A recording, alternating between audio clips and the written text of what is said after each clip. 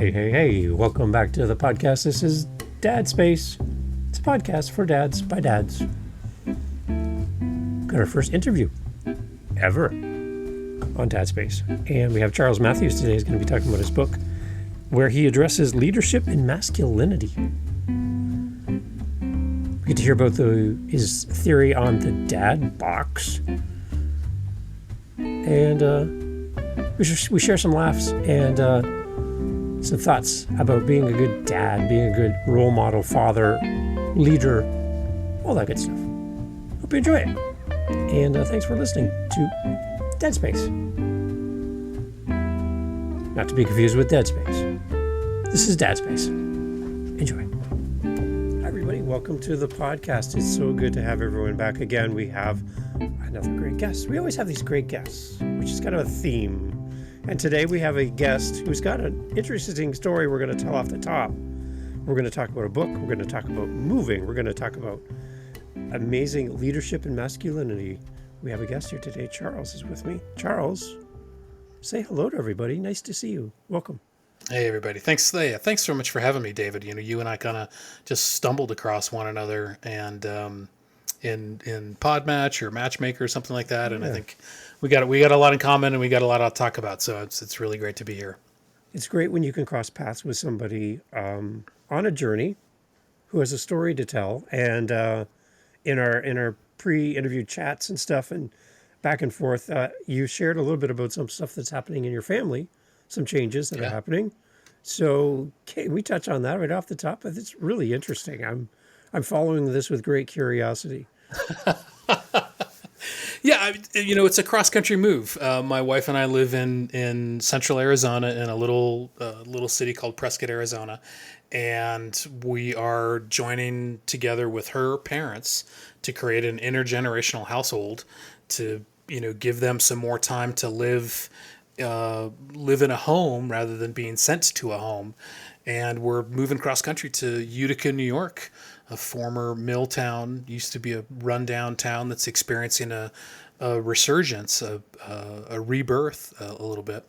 And, we're leaving a really hot housing market, so we have some resources that we're going to be able to carry with us. We're selling a house here and buying a less expensive place there.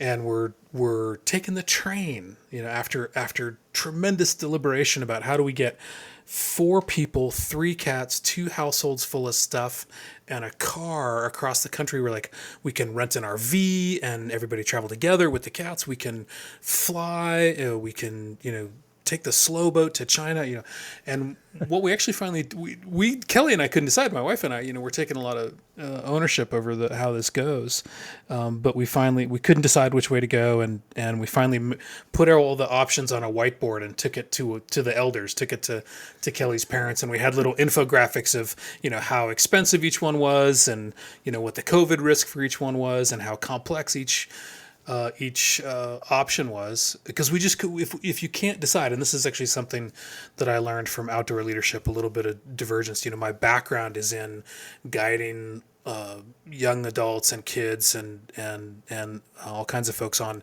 long multi-day adventures in the Grand Canyon, in the deserts of Joshua Tree, mountains all over the world. And what I discovered in those situations, in those experiences, is if the leader team on a backpacking trip, if the designated leaders can't decide on a particular option, whatever it is, what to have for dinner or which particular trail to take, it means that all of the options are okay. Yeah. Because the experts can't decide between them. So it must mean that at least the 2 or 3 that we're considering are okay.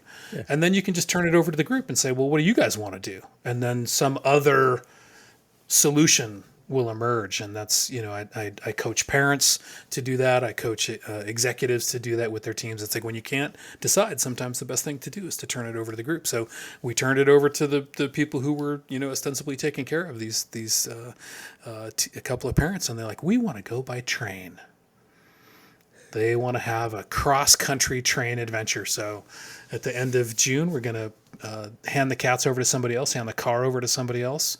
They're going to transport that, and we're going to take the train from Winslow, Arizona, and we actually get to spend the night before in an old Harvey house. The Harvey company sort of worked alongside the Topeka and Atchison and Santa Fe railroads to build these hotels kind of one day apart along the main line for tourists to stay in along the way. And this hotel is a renovated Harvey house. So we were already getting some history and some adventure. We get to spend the night there and kind of roll from our rooms onto the tracks the next day at 5 a.m. Take the train to Chicago and then switch trains and follow along the coast of Lake Erie and Lake Ontario and end up in Utica, New York. So before you go, are you going to go stand on the corner of Winslow, Arizona? Probably. Yeah, there's a big, I don't know if you've seen it, but there's a monument there and you can get your picture taken and all that stuff. Yeah, I grew up in Arizona and I was just thrilled that there was a song that had, even mentioned Arizona. Yeah. That's amazing. So what I loved is we were chatting. I already know the answer to this, but the listener doesn't know the answer to this question. But the house that you bought, tell me, how great is it? Like, how's the backyard? Are the rooms the right size? How does it feel when you walk through that home? Is it something that you just feels like home when you walk through that front door? Did you carry your wife across the threshold? We bought it over Zoom, David. We've never been there. We bought it over Zoom. Just like a piece of equipment from Amazon we bought it over Zoom. Our real estate agent, walked through with his phone and peeked in all the corners and climbed up into the attic with his phone and turned his flashlight on so we could see it and poked around in the basement. And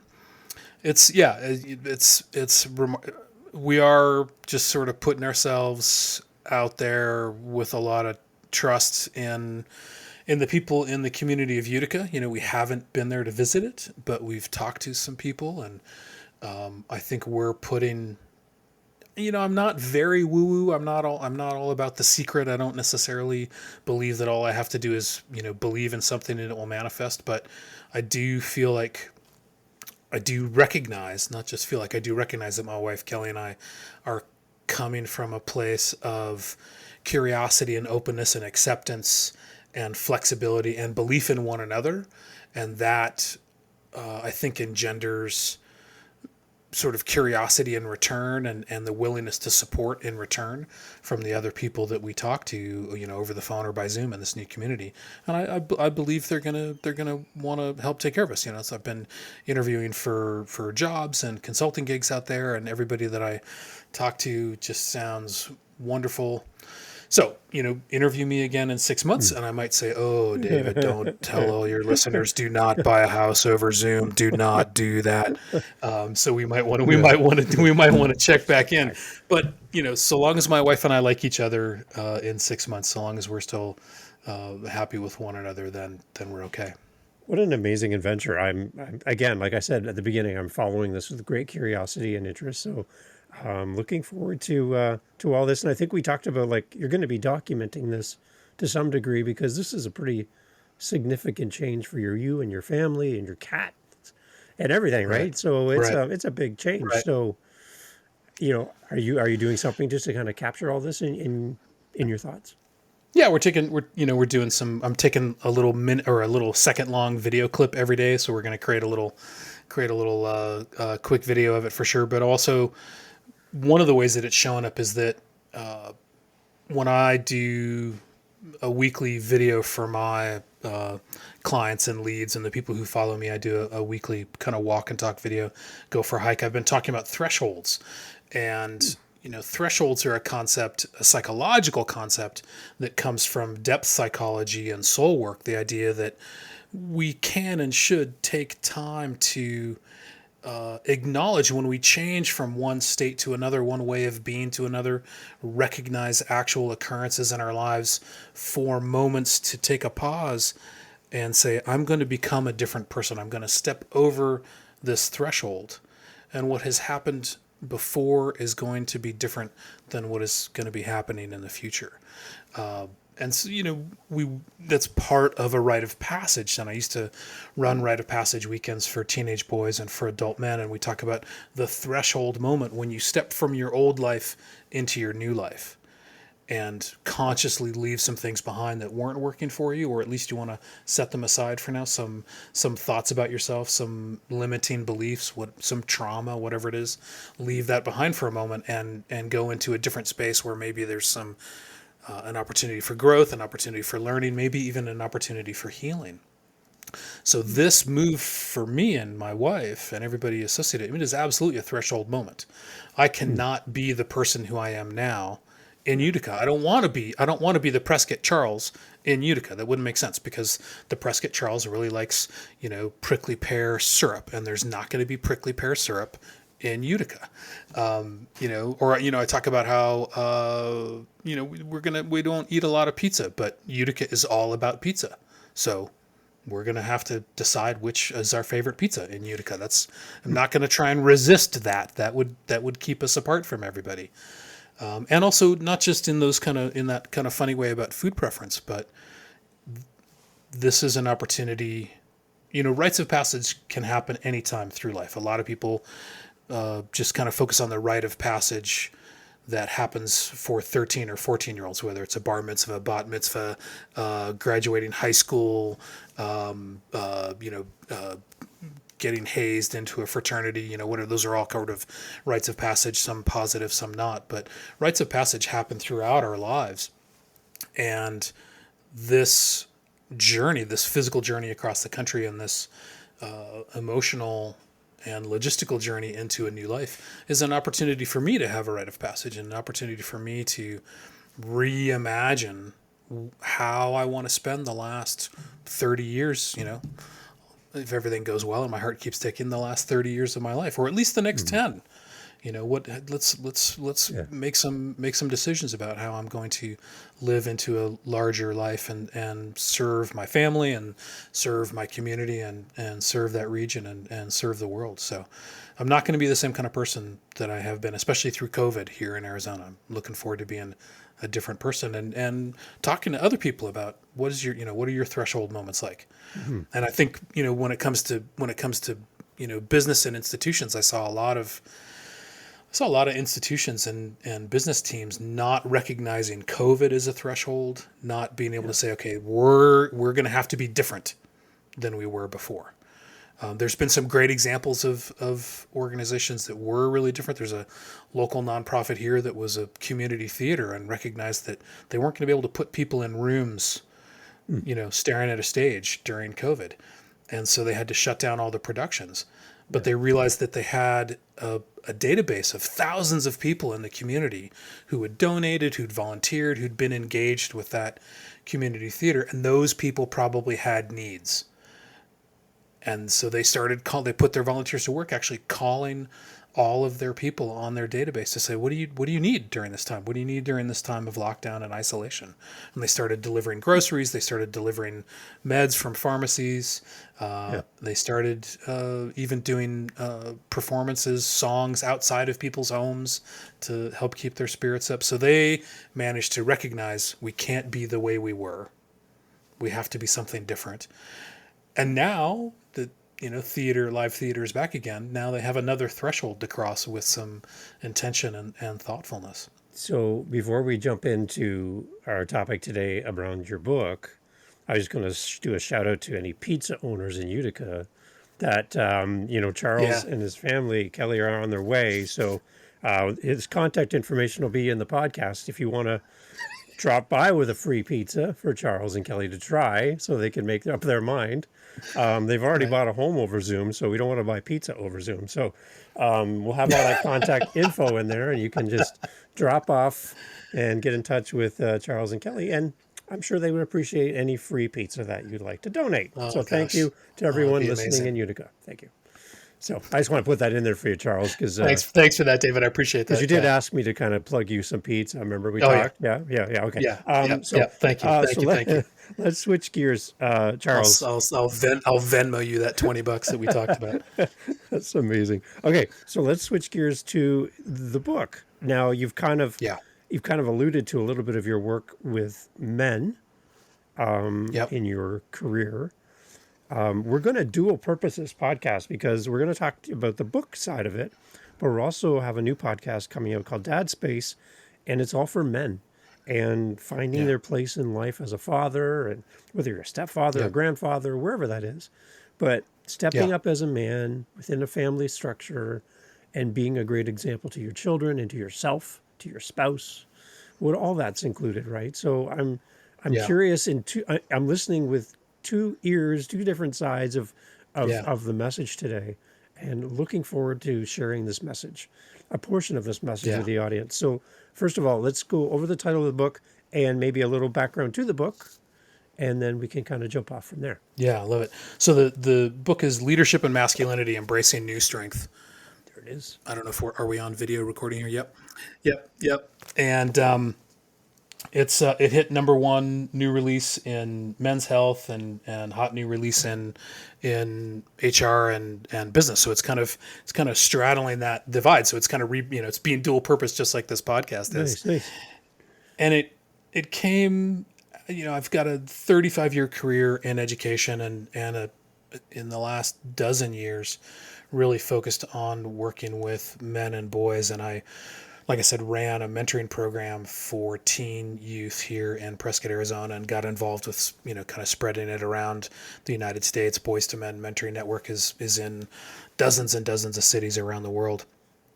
And what we found when we talked to these boys, 75% of these boys were living, they weren't living full time with their biological dad. So they either had a stepdad or divorce, or their dad was incarcerated, or their dad was dead, whatever it was.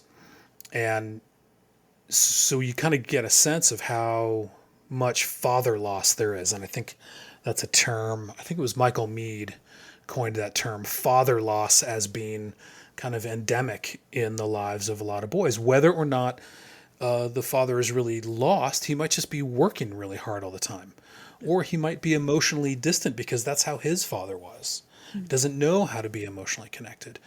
And somebody asked me the other day, like, what was the number one thing you heard from these boys? What was the most common thing you heard? And the most common thing we heard was they wanted to honor their fathers. These aren't the words they used, but they wanted to honor their fathers and be as much like them as possible, even if their dad was a terrible person, even if their dad was, selling drugs, abandoning women, abandoning children. That was kind of the lifestyle that they felt was there for them because that's what their dad did. And so it just really puts how clearly, even if a dad isn't around, what a huge impact he has on a boy. And it also just really illuminates the trap that I talk about in the book, not necessarily, but the trap that I talk about in the book about something that we've learned to call the man box, right? This set of rules that say men are supposed to be stoic and not emotional. You can be angry, that's allowed, but nothing really else. You're supposed to, get as many women as possible. You're supposed to be, straight and not gay. You're not supposed to be even joyful, or, that gets called flamboyant or whatever. You're supposed to earn money, but not do caretaking. You're supposed to be forceful, but not creative. You're not really supposed to listen. The leadership style that you're supposed to put out there is my way or the highway, power over, win, lose kind of stuff. And all of those rules of the man box really prevent the kind of relational abilities. We don't call them soft skills anymore, right? Let's call them relational abilities that allow men to be amazing parents, amazing partners, and amazing leaders. It's like maybe the hierarchical my way or the highway dad or boss, maybe that worked in the 19th century and the 20th century, but it doesn't work now. That's not what the 21st century is calling for. It's calling for people who can listen, who can express curiosity, who can admit mistakes. A dad who can say, wow. And this was something that my dad did. Had a big impact on me. My dad had a little bit of a temper. He was raised by an old school stoic Portuguese man, blacksmith, and my dad tried not to be that way, but every once in a while he would lose his temper a little bit, and I got spanked. And this is in the 70s, but then he would come down and apologize, and that's a little bit, there's kind of an abusive style in there to like hit somebody and then apologize, but the apology still meant a lot to me, and to see how much he wanted to be close to me and to ask for forgiveness from me with tears in his eyes. And it wasn't totally codependent, because he was truly a loving, caring dad, but he just lost his temper every now and then. So he was really struggling. And now, I hope parents, my age and younger, I'm in my 50s. I'm hoping parents my age and younger, dads especially, can even create a little bit more space between their temper and their acting out and their ability to just be there for their kids, and admit, like, I got really angry at you, Dave. I was so frustrated and I just snapped, and I'm working on not reacting when I get that angry. It's really hard. I'm doing more meditation, but I'm going to do what I can. To be able to just apologize to your kids, I think, is really powerful. One of the lessons I remember when my kids were little, I have 3 kids, was, you work hard as a dad and as a parent to, supply for your family and give your family what they need. And your family doesn't always see the extras that you do. You do work long hours, you would do the little extra here and there. You also sacrifice. You don't spend money on yourself. You spend it on your family, where you would love to go and buy the latest whatever, but you just know that that money needs to go to food or school or whatever.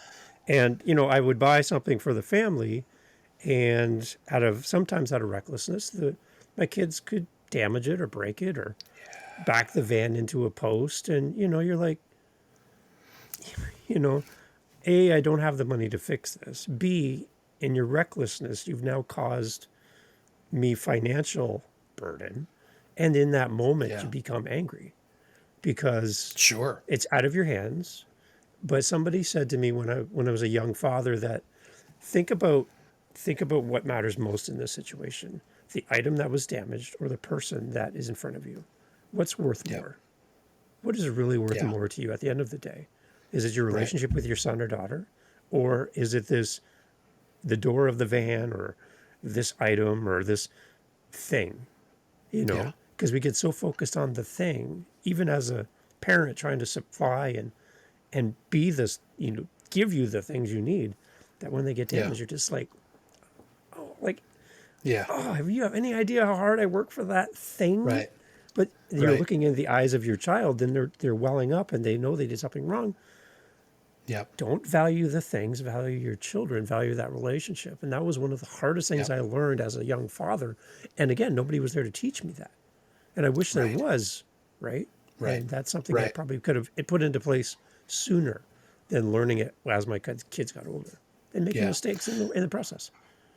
Right. And the scenario you're describing, I know a lot of men don't want to feel like they're passive, or that they're just letting things slide or get away with stuff. That's not what's really called for. It's really, kind of restorative relational parenting, right? And I can tell a specific example from my mentoring experience. We were running this rite of passage weekend, and we used peer leaders, slightly older boys, 16, 17-year-old boys who'd been through the rite of passage, who'd been working with us, and who were ready to take some leadership.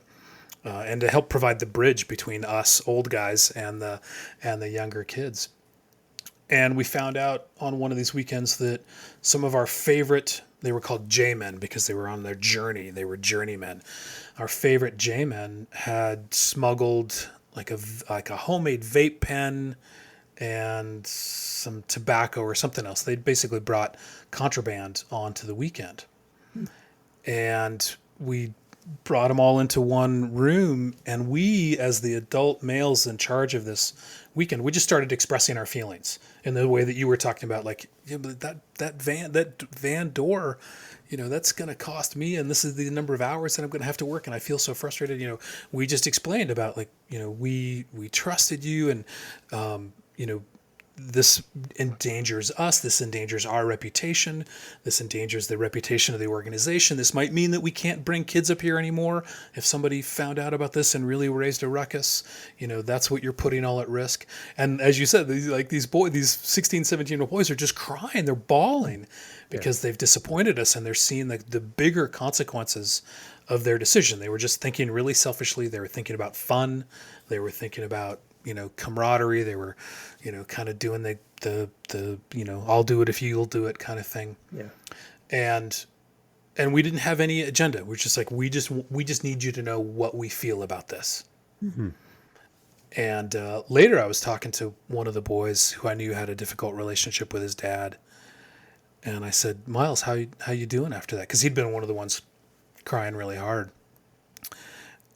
And he said, I don't know how to feel. Normally when my parents yell at me, I just slam my door and tell them that they're jerks. But you guys didn't. Now I think I feel guilty. He'd never felt guilty before because his dad was always being mean. So he didn't ever have to take any responsibility for his actions in his own heart and in his own head. So by doing this kind of restorative process of just telling them, what we felt about it. And I think we put in place they took accountability, which is really important. They didn't continue to lie to us. That would have been really hard if they'd continued to lie to us. But so they took accountability, and we put in some sort of reparation. I can't remember what exactly. What was it? It's not even important, right? Mm-hmm. Whether they paid for it in some way or owned up to it in front of other people. I don't even remember what it was. But what was important is that our relationships between the men who we got a stronger relationship. So you can kind of put that in the context of, a family, the parents actually get stronger together when you do it this way. And our relationship with those boys was incredibly powerful. I went to high school graduation for all those kids and got to, see them off to college and community college and all of that. So when we can, and this can be challenging for men because again, the man box says, the way to be strong is to be loud and sure and emotionless. You ran the van into that post. You are in trouble. I am angry. It doesn't matter what you think. It doesn't matter what you feel. That's not what I'm interested in. And you are going to pay for it. And you're grounded forever.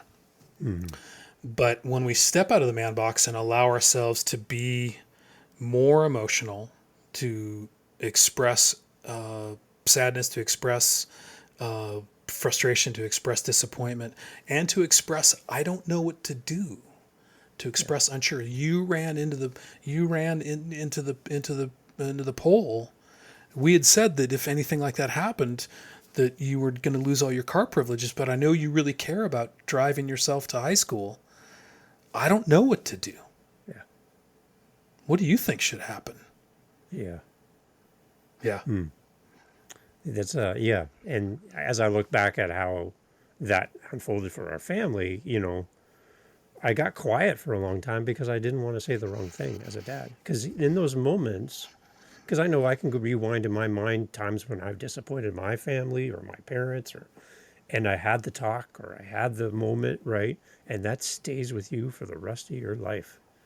100%. And I'm in this moment looking at my child going, okay,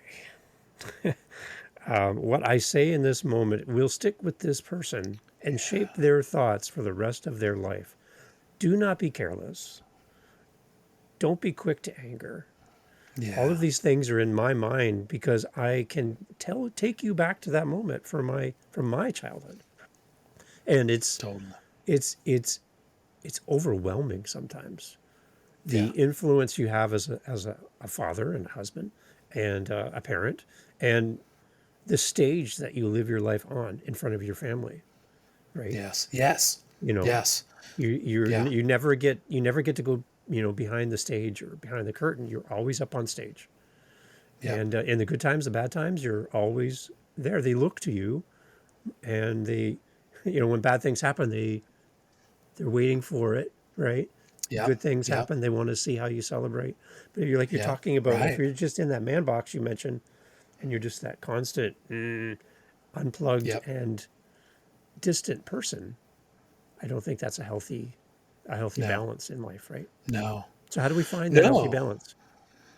Yeah, I talk about in the book 3 steps to getting out of the man box, and it's directed at male leaders, but I think, obviously a dad is a leader. Yeah. And you're a leader of yourself. You're a leader, ideally a co-leader with your other parent. But the first step is just to begin creating awareness, and the way you described your own internal process, the self-awareness you had in that moment of like, these are the things I don't want to do. I don't want to overreact. I don't want to react too quickly, et cetera, et cetera. Building that kind of awareness is really important. And for men in particular to start extending their circle of compassion and awareness beyond themselves, but out to women and girls, out to people of color, out to LGBTQI folks, Yeah. becoming educated about the whole spectrum. And as a dad, you don't necessarily know when you've got a 5-year-old, an 8-year-old, a 10-year-old, where your kid is going to head. So can you, create an environment that is welcoming to however that kid shows up in the world? So just building awareness about our own reactions, being able to take breaths, being able to, I recommend, mindful breathing, exercise, spending time in nature with yourself and with others to lower our reactivity so that we can create a little freedom for ourselves, right? That space between stimulus and response. That's where all the freedom is. It might be tiny. It might be a half a second. That might be all the freedom we have at the start. But so, building that awareness is step one, and asking for help is step two. And this is a radical thing for men to do. And I'm so glad you're starting a podcast for men and dads, because the man box says, don't talk about it. Don't talk about how difficult parenting is. Don't talk about how difficult being a man is. Don't talk about your successes as a dad. Don't talk about anything except for, sex and sports. And, you're not even really supposed to talk about money. You can talk about cars. So when we reach out and ask for help, we kind of blow up a bunch of the expectations of the man box. We blow up the don't ask for help thing. We blow up the, you got to go it alone, that all leaders, all powerful men are lone wolf guys. That's just not true. And we start to build a community, and we start to remember those relational skills that we got talked out of when we were little. We remember how to express emotions, how to say, okay, it's not just anger that I feel frustration. Or it's not just happy that I feel connected or excited, like getting a little bit finer grained about what our emotions are. And we get better at listening. And especially in a men's group, we can blow off a little steam and then go back to our family, our kids, our workplace, whatever it is, and with a little less reactivity and a little, maybe some coaching from somebody else, or maybe just the relief from, kind of an emotional or psychic kind of weight. We can let that go in a group of men who we know will get us because we're expressing ourselves emotionally and openly. And then it's safer to go back and try something different with our kids or our parents or our wives or our workmates. Okay, Charles, so I have a curveball for you. Excellent. You ready? Sports metaphor. Here we go. Couple of guys. Let's do some sports metaphors. Steps up to the plate. Here we go. What have you adapted from your book in your marriage? Oh, yeah. Yeah. So actually, it's kind of the other way around. It's like my marriage really affected this book. Okay. Wow. Okay. One of the biggest experiences, most memorable experiences in my life around stepping out of the man box occurred when I first started dating my wife, Kelly. We were living an hour apart when we started dating. And so we spent a lot of time on the phone and a lot of time on Facebook Messenger and, flirting via text and all of that. But after about a couple, and it was really intense. It was really good. The relationship was really hitting on all cylinders. But after a couple months, I started not responding right away when she texted me, or sometimes not picking up when she called. And I didn't understand what was happening. But fortunately, I had a men's group. I could go to my guys and be like, I don't know what's happening. I'm pulling back. I'm not there for her. And, they didn't necessarily say anything to me, but I realized that I was frightened of this intimacy that was showing up, that was calling for more of me than I thought I had. This relationship was so powerful. And so the next time Kelly called me, I can remember I was standing right out on the porch right over there. She called me and she said, "How is everything?" I said, "I'm scared." And Kelly, bless her, this is what made it all work. She didn't try and make me feel better. She didn't try and make me feel defensive. She didn't get defensive thinking, "Oh my gosh, what's wrong with me? Why is this guy scared?" She didn't make it about anything other than what I just said. And she just said, "Okay." And that acceptance of my, kind of secret feeling, that acceptance by her, that secret feeling made me fall in love with her even more and to feel so safe.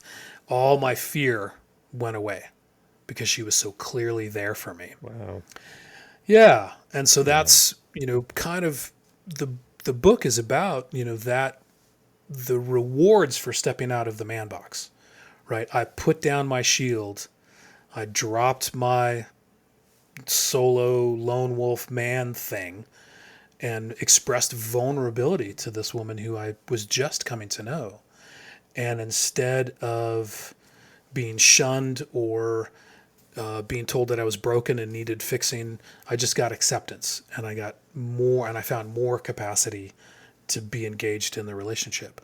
So that's my big message in the book, is that when we step outside of the man box, and you can always go back, but when we step out a little bit as parents, as bosses, as leaders, as change makers in the world, notice what shows up for you. We're told that if we're vulnerable, we're at risk. We're told if we try and share power, we'll lose status. We're told if we try and create win-wins, people will take advantage of us. We're told if we try and include more people that, again, we'll lose status, we won't be as powerful. But every time in my life now where I find a way to ignore that advice from the man box, to ignore those rules, I get rewards. When I'm curious, when I express curiosity or unknown, I get information. When I work to create win-wins, I get more power. You and I are creating a win-win. We're going to do a couple of different collaborative podcasts. It's going to be great. And all that's going to show up is more capacity. We're going to impact more people. More people are going to hear us. So every time I step outside of the man box, I get a little reward. Now, sure, sometimes when I step out of the man box on Twitter, for example, I get called all kinds of interesting, nasty names. I got called cuck the first time about 2 years ago. I'm like, all right, I finally arrived on Twitter. I've been told that I'm a cuckold. Excellent, good. But that doesn't affect me. So yeah, I think, and we need leaders and we need parents who are willing, male parents, fathers, who are willing to do that, because like I said earlier, the old ways, the old strength model doesn't work in the 21st century. Our kids don't want it, our wives and partners don't want it, and our employees and business partners don't want it either. They want this new strength of win-win, power with inclusion and vulnerability. That's what everybody's looking for. That's how people know that they can trust us. That's how people know that we've got their backs. That's where we get creativity and the ability to pivot from. So much, Charles. Like when I hit record today, I didn't know where we were going with this, but you're bringing so much amazing information. Like, this is so practical, and if we just can even apply an ounce of what we've chatted about so far, we will see significant change in our families, in our personal life, our relationships. There's so much here, right? Yeah.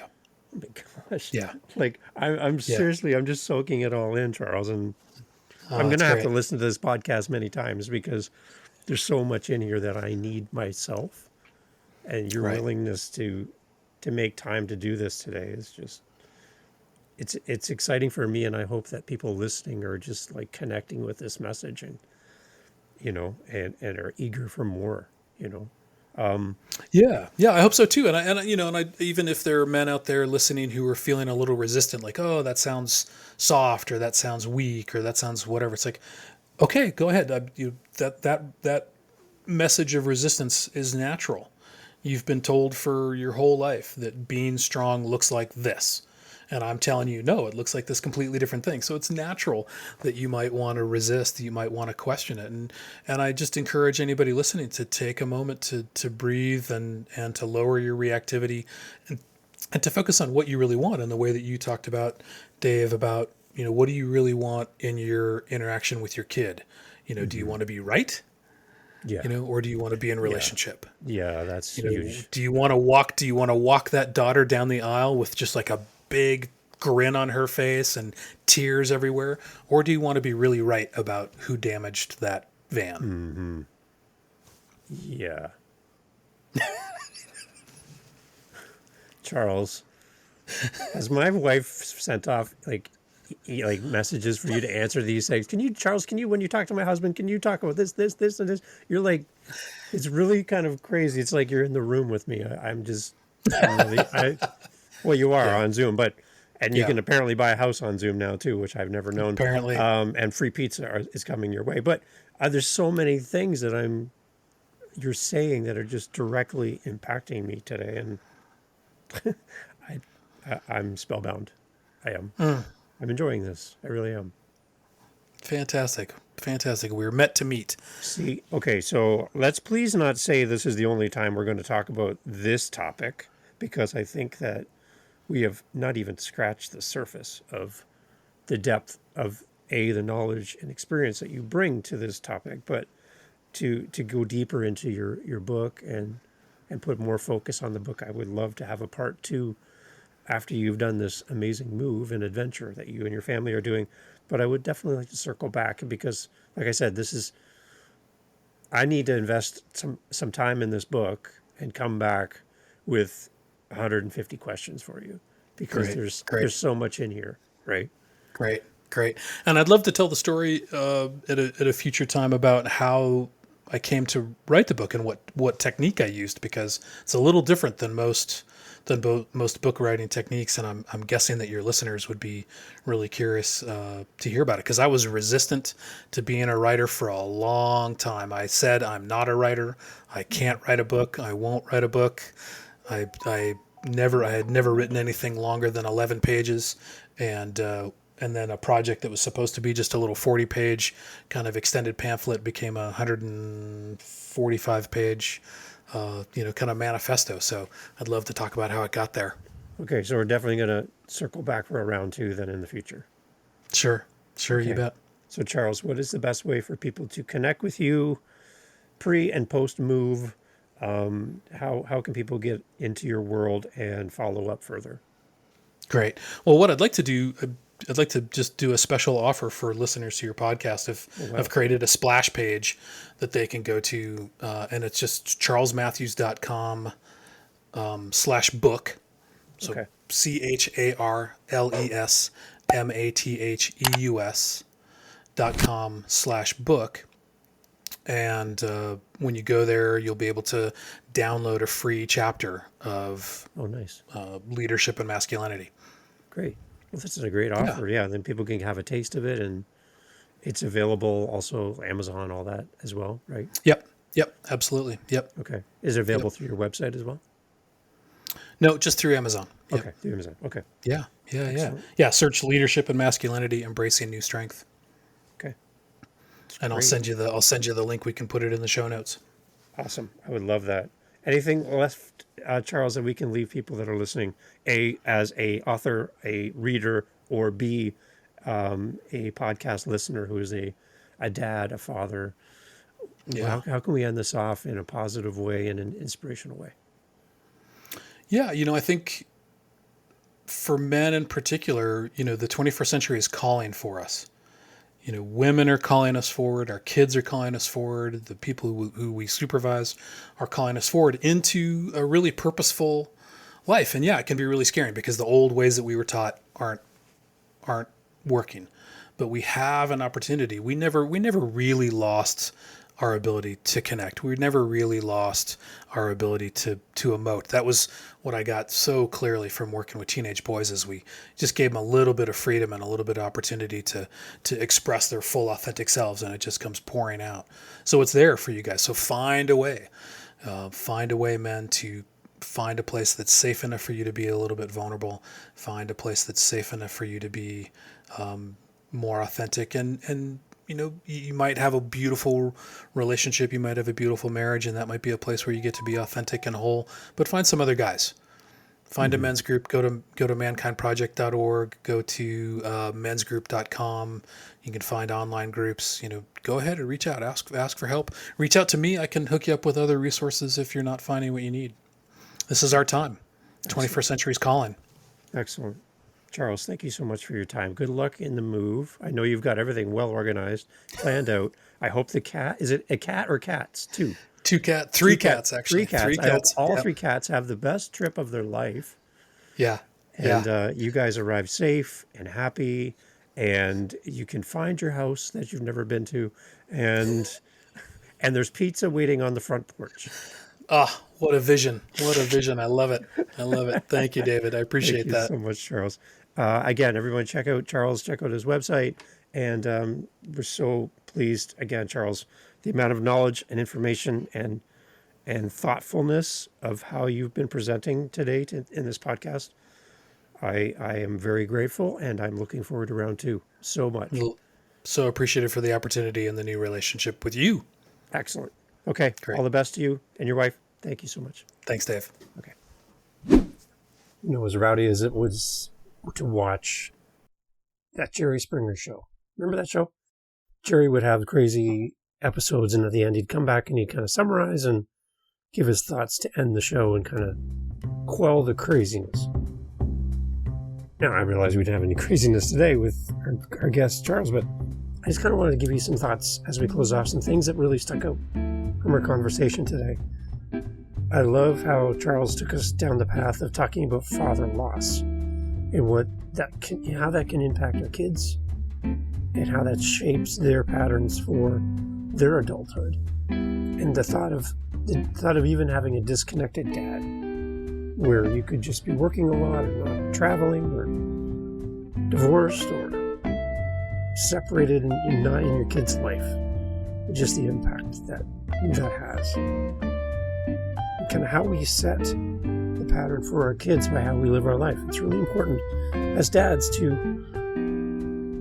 realize the power of an example lived in front of our kids. And again, the other part that really made me think was the whole concept of the man box that Charles talks about. That we're supposed to be stoic, serious, or angry, or hold power over somebody, win, lose. We earn, but we're not caretakers. That whole my way or the highway. It's interesting how we've changed, how we're growing, but we have so much more to do. So thanks for listening to the podcast. Hope the episode really helps. Go over to check us out on dadspace.ca, and you'll find links to our community, links to the podcast itself, and we'd love if you share it out with one dad this week. And really looking forward to doing life with you. Thank you for taking time to be part of the community, part of the podcast. We'll talk soon. And I'll just pass this over to Jerry. Jerry? Till next time, take care of yourself and each other.